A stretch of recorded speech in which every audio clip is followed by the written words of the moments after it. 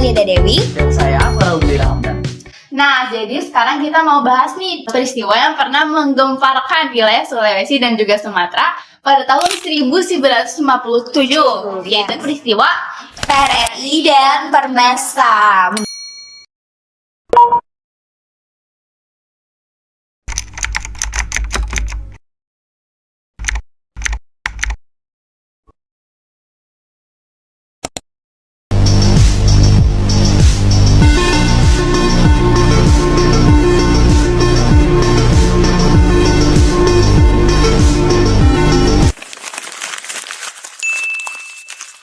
Kita langsung aja masuk ke latar belakang yang akan dibahas oleh Billy. Nah, jadi aku tahu sedikit ya tentang latar belakangnya. Jadi waktu itu tuh tahun 1950-an pemerintahan di Indonesia tuh benar-benar gak stabil banget. Jadi kayak banyak daerah yang rasa kurang adil, kurang perhatian gitu loh. Padahal mereka tuh juga berjuang gitu waktu pas Indonesia belum merdeka. Tapi kenapa mereka digituin sampai akhirnya muncul PRRI dan Permesta seperti itu. Oke. Nah, pastinya ada tokoh penggeraknya, boleh? Betul. Ada tahu gak? Nah, aku tahu nih. Jadi aku sempat belajar kan, terus aku tahu siapa aja tokoh-tokoh dari PRRI. Di situ tuh ada nama-nama besar kayak Syafruddin Prawilanegara. Oh, itu dari Banten kan? Bener banget, iya. Beliau itu berasal dari Banten dan merupakan tokoh sipil yang dulunya menjadi pimpinan pemerintah darurat Republik Indonesia. Nah, terus yang kedua itu ada Kolonel Ahmad Hussein yang berasal dari Sumatera Barat. Yang ketiga, yang terakhir itu ada Kolonel Simbolon yang berasal dari Sumatera Utara. Nah, kalau di Permesta itu tuh ada nama-nama besar kayak Letkol Venje Sumual. Nah, beliau berasal dari Sulawesi Utara. Beliau tuh merupakan tokoh utama dari gerakan Permesta tersebut. Nah, terus yang kedua itu ada Mayor Maung Sidi dan beberapa perwira militer lainnya. Sebenarnya mereka tuh bagian dari tentara Indonesia juga, tapi karena emang ada konflik internal, jadi mereka tuh memisahkan diri. Oh, gitu. Ternyata tertarik sih aku. Dari tokoh-tokoh yang udah disebutin Uli tadi, kayaknya aku juga tahu gitu kronologi Boleh. terjadinya peristiwa ini. Boleh diceritain dong. Boleh, oke. Jadi pada tahun 1957 muncul gerakan Permesta di Sulawesi Utara yang dipimpin oleh Letkol Venje Sumual. Gerakan ini muncul karena ketidakpuasan masyarakat terhadap pemerintahan pusat.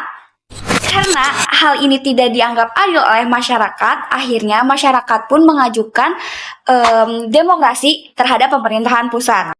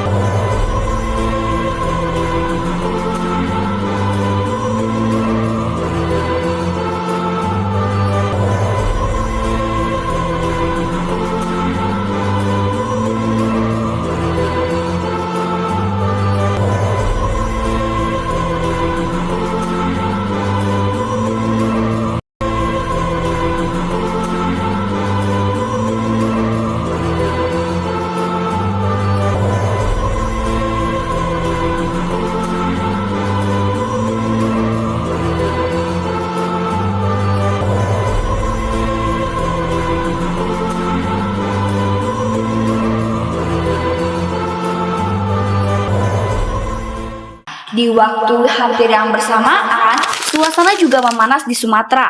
Beberapa tokoh militer seperti Kolonel Simbolon, Letkol Ahmad Hussein, mulai menunjukkan sikap menentang pemerintahan pusat.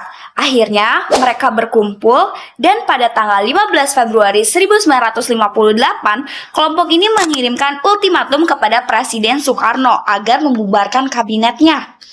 Karena tidak direspon, 2 hari kemudian, tepatnya 17 Februari 1958, mereka memproklamasikan berdirinya PRRI, yaitu Pemerintahan Revolusioner Republik Indonesia, di Padang. PRRI dipimpin oleh Syafruddin Prawinegara dan didukung oleh sejumlah militer. Pemerintah pusat merespon dengan tegas. Pada Maret 1958, diluncurkan operasi militer untuk menumpas gerakan ini. Di Sumatera dilakukan operasi Tegas dan Sabta Marga, sedangkan di Sulawesi digelar operasi Merdeka untuk menghadapi Permesta.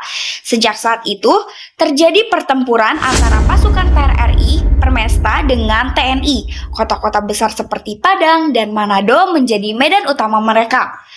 Dan satu persatu berhasil direbut kembali oleh pemerintah. Nah, selain dari kronologi itu, ada juga beberapa dewan yang terlibat dalam peristiwa tersebut.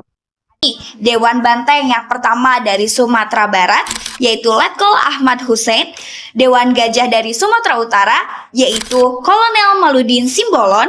Yang ketiga ada Dewan Garuda dari Sumatera Selatan, yaitu Letkol Berlian.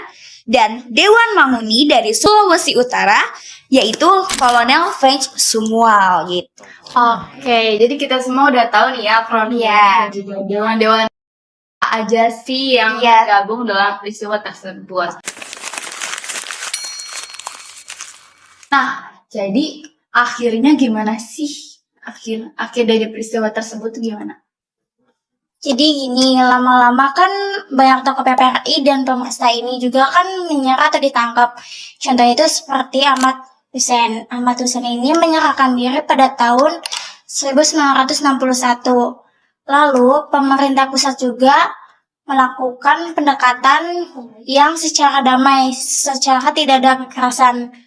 Nah, sebagian tokoh juga diampuni dan sebagian tokoh juga ada beberapa yang pulang ke pemerintah pusat. Lalu intinya itu gerakan PPRI dan Permesta ini juga berakhir pada tahun 1960. Nah, habis itu juga terdapat dampaknya. Dampaknya itu lebih panjang, yaitu kayak militer yang makin kuat dan pusat yang makin secara hati-hati. Oke. Chaos banget. Iya, beneran chaos banget sih. Nah, setelah denger nih semua pembahasan dari Uli, Ade, Kavi, dan juga Billy, kalau dipikir-pikir nih ya, rasa nggak adil orang ini bisa bikin orang tuh jadi nekat. Betul dan saya emang iya. Nah, Iya. kemana juga nih yang bisa diambil. Pemerintah tuh harus benar-benar dengerin semua suara daerah. Dan benar harus adil juga ya. Iya, betul. Kecuali kan. Terkecuali karena kan ya kita bareng-bareng kan berjuang buat kemerdekaan. Betul banget. Masa kayak diasingkan gitu aja, dibedain gitu aja. Gak banget kan? Jadi jangan sampai kayak Jakarta doang yang ngerasa jadi Indonesia, semuanya cuma jadi penonton aja kan. Iya. Nah, terus ada satu lagi nih hikmah yang bisa diambil. Nah, jadi kekacauan tuh bukan salah satu jawaban terbaik. Karena setelah terjadi kekacauan tersebut, ujung-ujungnya tuh bakal balik lagi ke meja damai. Betul banget. Iya sih. Jadi emang gak ada gunanya juga ya. Kayak lo mau peperangan seribut apapun, pasti pada akhirnya bakal balik lagi ke meja perdamaian. Dan itu pun kayak satu negara. Kalian tuh masih senegara. Iya, betul banget. Harusnya makin erat dong persaudaraannya, bukan malah ada jadinya peperangan. Karena apa? Bineka Tunggal Ika kan? Betul, yaitu berbeda-beda tetapi tetap satu jiwa. Sekian dari kami. Thank you for watching. See you.